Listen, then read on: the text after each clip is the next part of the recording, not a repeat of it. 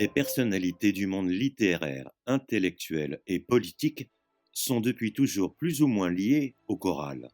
Bonjour, j'espère que vous allez bien. Je déterre volontairement une ancienne vidéo datant de 2020 sur l'affaire du choral et vous comprendrez très bientôt pour quelles raisons je vous la propose à nouveau. Alors surtout, restez attentifs. Petit récapitulatif. Cette affaire tire son nom d'un lieu de vie qui appartenait à Claude Sigala et qui se situait à Aimargues, un petit village dans le midi de la France. Et entre parenthèses, le choral existe encore, vous le trouverez facilement en faisant vos recherches. L'ASE, l'aide sociale à l'enfance, était anciennement appelée la DAS, Direction départementale des affaires sanitaires et sociales. En 1975, Claude Sigala va créer le CRA, Collectif des réseaux alternatifs, dont il sera le président et il gérera plusieurs lieux de vie, ainsi qu'une revue appelée Possible. En 1976, une expérience est lancée avec la DAS, l'idée de base étant de confier des enfants à des éducateurs dits progressistes et inspirés de la pédagogie alternative anti-psychiatrie. Nous sommes alors dans les années 1970, en pleine époque de la libération sexuelle. Ils étaient soucieux de proposer un nouveau mode de gestion pédagogique et thérapeutique à des enfants dans des petites structures, leur permettant de se retrouver dans des univers différents et de pouvoir soigner les prédélinquants ou des enfants atteints de déficiences mentales, des retardés, des autistes, des psychotiques, en passant par des suicidaires ou encore des drogués. Bref, le ratissage était large. Mais tous ces enfants méritaient l'inverse de l'enfermement, afin de soulager leur douleur dans des petites structures se voulant familiales et essayant d'y recréer la tendresse et l'affection des parents. C'est ainsi que Claude Sigala l'avait imaginé. À l'époque, le CRA est très bien vu par le secrétaire d'État à la famille, et il est même prévu de l'intégrer à la DAS. Un dossier avait même été remis en ce sens à Géorgina Dufoy. L'histoire de cette affaire du choral commencera en juillet 1977, alors qu'un enfant est retrouvé mort, la tête plongée, et c'est là que les avis divergent, dans un seau d'eau javellisée. Les gendarmes prendront les dépositions des éducateurs et des enfants présents. Les responsables du centre, Claude Sigala et Mignaka, le co-responsable du centre, n'étaient pas présents ce jour-là. Le résultat de tous les témoignages concorde. Il s'agit d'un banal accident. Mais une information est ouverte et le juge d'instruction de l'époque demande une expertise médicale. Cette dernière prouvera que l'enfant n'est pas mort noyé, mais qu'il a eu les cervicales cassées et qu'il a été sodomisé. Et c'est bel et bien cet accident, ou plutôt ce meurtre, qui va commencer à faire parler du choral. Néanmoins, cette affaire de meurtre ne sera pas réellement résolue, malgré la constatation faite lors de l'autopsie de la jeune victime de 11 ans. Un des pensionnaires sera suspecté. À l'époque des faits, il avait 17 ans. Mais il est jugé comme dément et bénéficiera d'un non-lieu. Et sera 3 ans après accueilli de nouveau au choral. Le meurtre restera donc impuni. Un meurtre impuni, mais qui aura néanmoins poussé certaines personnes à rester attentives à ce lieu de vie. Cette affaire sera réellement médiatisée quand le juge Michel Salzman, qui est chargé de mener une instruction suite à une plainte déposée concernant le témoignage de 2 enfants ayant raconté ce qu'ils subissaient au choral, et suite aux déclarations du très controversé Jean-Claude Krief, qui fut pendant une petite période éducateur au choral. C'est donc à ce moment-là que cette affaire deviendra une affaire politico-médiatique, au vu des personnages qui s'y retrouvent mêlés de près ou de loin, ou devrait-on dire mentionné, vu que officiellement les accusations portées à l'encontre de ces personnalités sont déclarées être des faux, et que tous seront blanchis. Les officiels de l'époque vont réussir un vrai miracle en arrivant à faire croire que tout était faux, et que cette affaire n'était au final qu'un tissu de mensonges. Michel Salzman a été passé pour un mythomane, un juge d'instruction puritain, habitué à foncer dans les affaires de pédophilie, qui aurait inculpé, à tort, tous ceux qui pouvaient à cette époque défendre la pédophilie. Donc un juge mythomane d'un côté et de très nombreux soutiens de l'autre, à ceux qui ne voyaient pas à mal le fait de soutenir l'amour avec des enfants dits consentants soit possible. Des soutiens qui auront fait que le 13 octobre 1982, le jour de la perquisition du Corral, les responsables avaient été prévenus bien à l'avance de la descente de police. Le travail d'investigation de ce juge débouchera sur plus de 340 mandats de ceux qui se seraient rendus au Corral. Et pour ce juge, les visites de ces personnes n'avaient pas un simple but, humanitaire. Rappelons que le Corral était, et n'est toujours, qu'une vieille ferme située à Aimargues, et qu'il m'est également personnellement difficile d'imaginer autant de monde aller visiter les pauvres enfants en difficulté dans cette ferme. Mais toutes les personnalités médiatiques mises en cause par le juge étaient par contre de toutes les pétitions de l'époque pouvant défendre et prôner l'amour libre entre adultes et enfants. Bref, tous des pro-pédocompatissants. Ce qui pour le juge Salman les avait placés tout de suite sur la liste des probables accusés. Étonné, je suis également que les autres lieux de vie gérés par Sigala n'aient pas fait parler d'eux. Il est à préciser que Sigala et son collectif le CRA géraient 30 lieux de vie. Dans cette affaire, le problème a été que de trop nombreuses personnalités médiatiques étaient dans le collimateur. René Scherrer, Gabriel Mazneff, Michel Foucault, Jacques Lang, Pierre Mauroy, ministre en exercice, etc. Trop de monde connu et mis en cause sur des, officiellement, documents falsifiés. Ordre sera donc donné des plus hautes instances de l'époque sous le gouvernement de Mitterrand de stopper toutes les investigations. Cet ordre a-t-il été donné directement de François Mitterrand?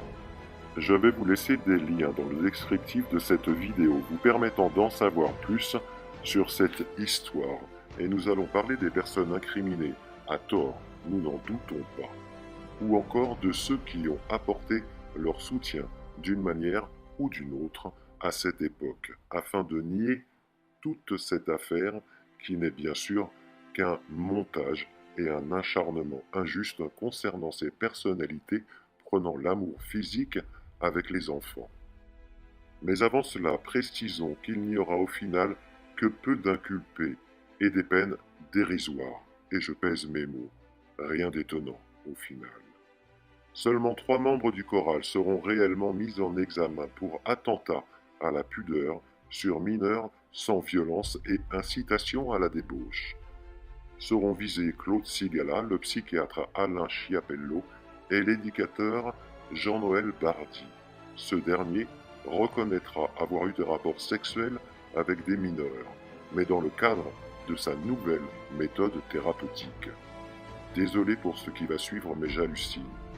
Prétendre que des enfants vont psychologiquement se sentir mieux parce qu'ils font des pipes à des adultes ou parce qu'ils se font sodomiser, c'est pour moi carrément choquant. Psychologiquement, les adultes pédos ont dû se sentir sexuellement satisfaits, ça, c'est un fait. Bande de dégénérés que vous êtes. Pour ceux qui l'ignorent, Claude Sigala avait déjà été suspecté dans une affaire d'abus sexuel dans un centre marseillais. Concernant l'affaire du Corral, le procès aura finalement lieu en 1986 et les principaux responsables sont condamnés à de la prison plus du sursis, mais toutes les peines seront réduites 1 an plus tard en appel et personne, au final, ne passera la moindre année en prison.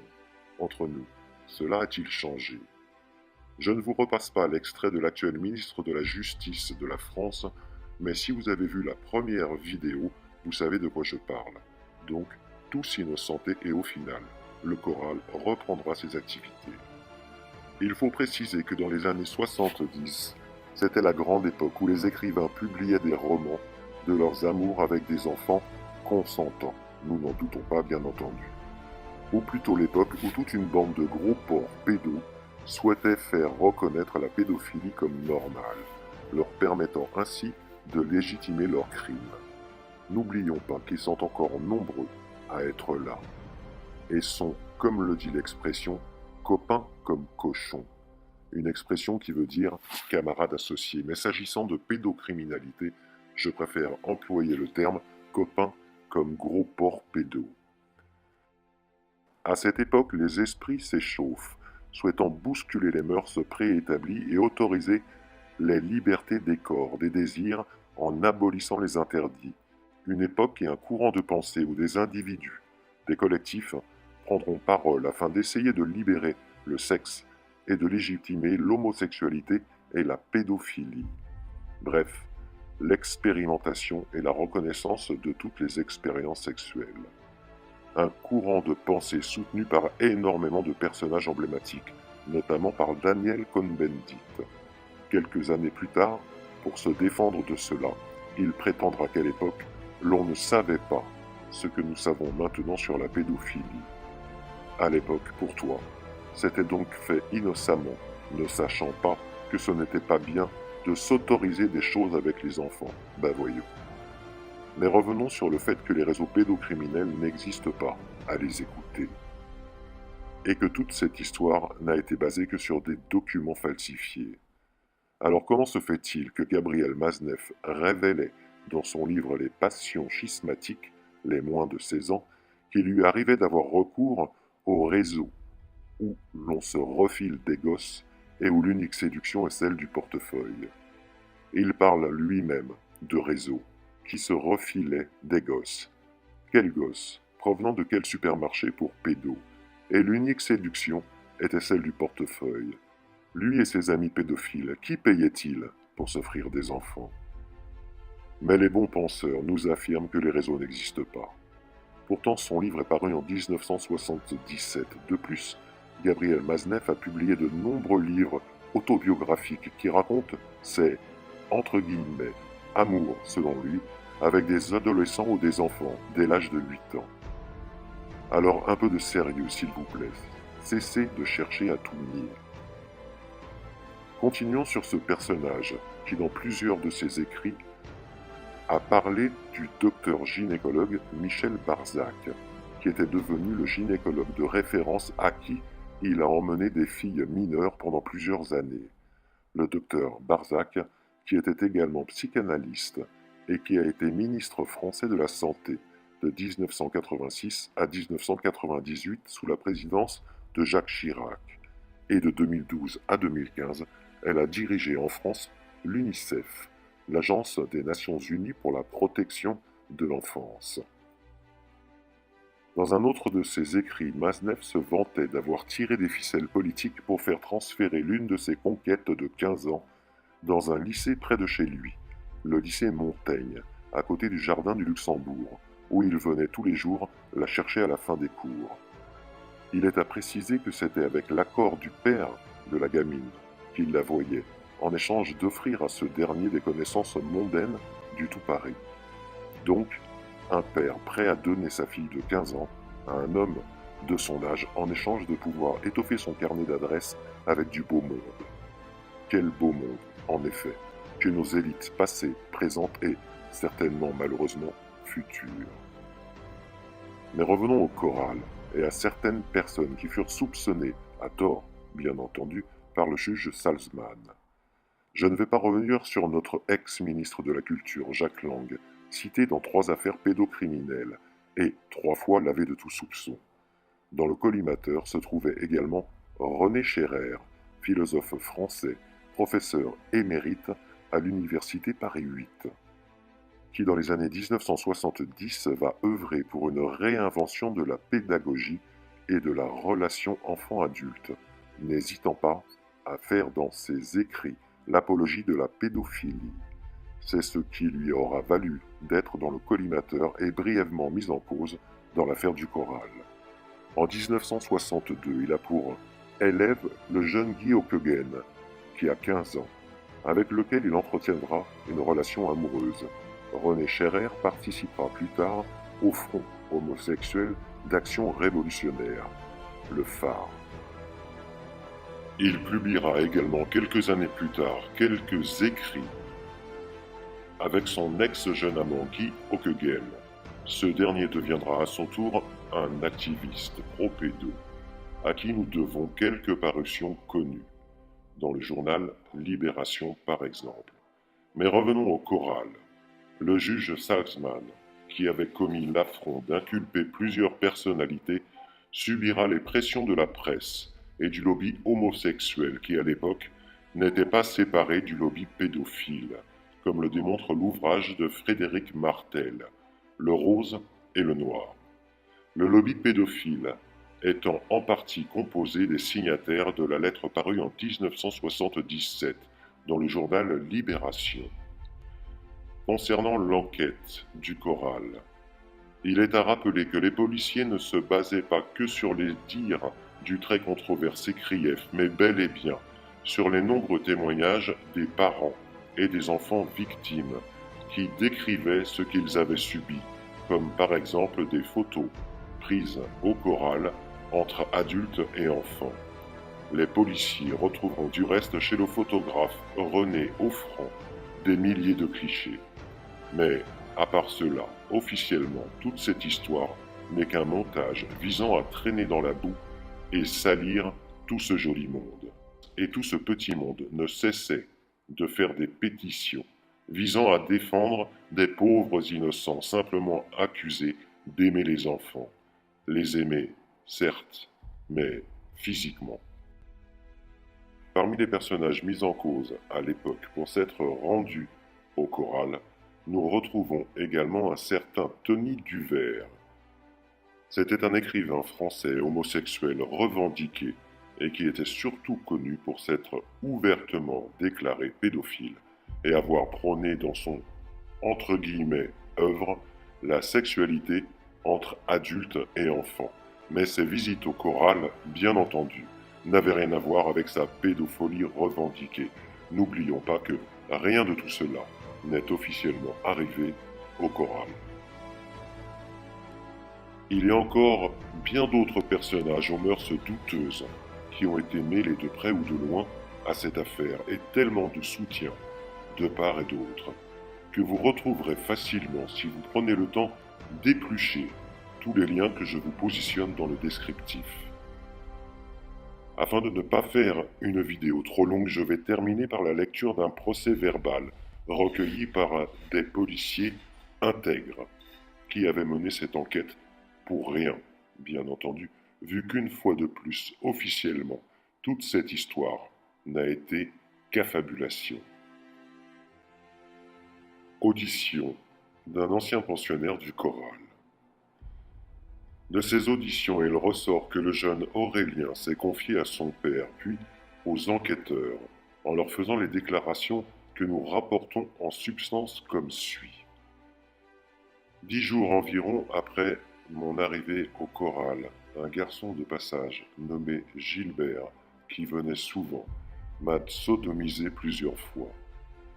De même, un certain Thierry m'a sodomisé 2 fois, ainsi que le jeune Nourdine 3 fois. Claude Sigala m'a fait la même chose.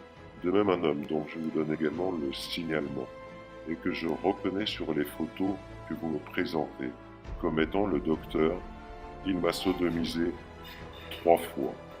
Un certain Claude X, barbu, me caressait souvent le sexe, à moi et à Sébastien. Il nous demandait de le masturber, il m'a sodomisé. De plus, Marie et Françoise m'ont introduit un godemichet dans l'anus et m'ont demandé de les masturber. Tout ce qui m'a été fait a également été fait à mon copain. Le soir, on me demandait de dormir nu. Agnès dormait souvent avec moi et me demandait de la masturber. Tous ceux qui étaient au courant m'ont demandé de ne pas en parler. il nous est précisé que le jeune Aurélien a fait sa déclaration dans un langage enfantin et en fournissant de multiples détails. Par ailleurs, la mère d'Aurélien a été également entendue et a déclaré en substance « Je suis infirmière diplômée d'État et j'ai travaillé longtemps dans un bloc opératoire. À la suite des confidences d'Aurélien, je lui ai fait examiner l'anus et j'ai constaté qu'il était perforé et distendu. Je vais le faire examiner par un spécialiste et demander une expertise. » Je vais arrêter là, souhaitant de ne pas avoir été trop long. Libre à vous de partager et libre à vous de creuser les liens présents dans le descriptif. Vous y découvrirez d'autres affaires et d'autres noms que je n'ai pas mentionnés dans cette vidéo. Je ne résiste pas à l'envie de terminer en laissant la parole à un homme de justice nous expliquant les valeurs de cette justice. Prenez soin de vous et de vos proches. À très bientôt, ici ou ailleurs. Portez-vous bien. Et madame, sachez que notre justice, contrairement à ce que vous pouvez dire, ne laisse pas filer ceux, quand il est avéré qu'une preuve de leur culpabilité a été recueillie dans un processus judiciaire qui, permettez-moi, madame, de vous le dire respectueusement, nous honore.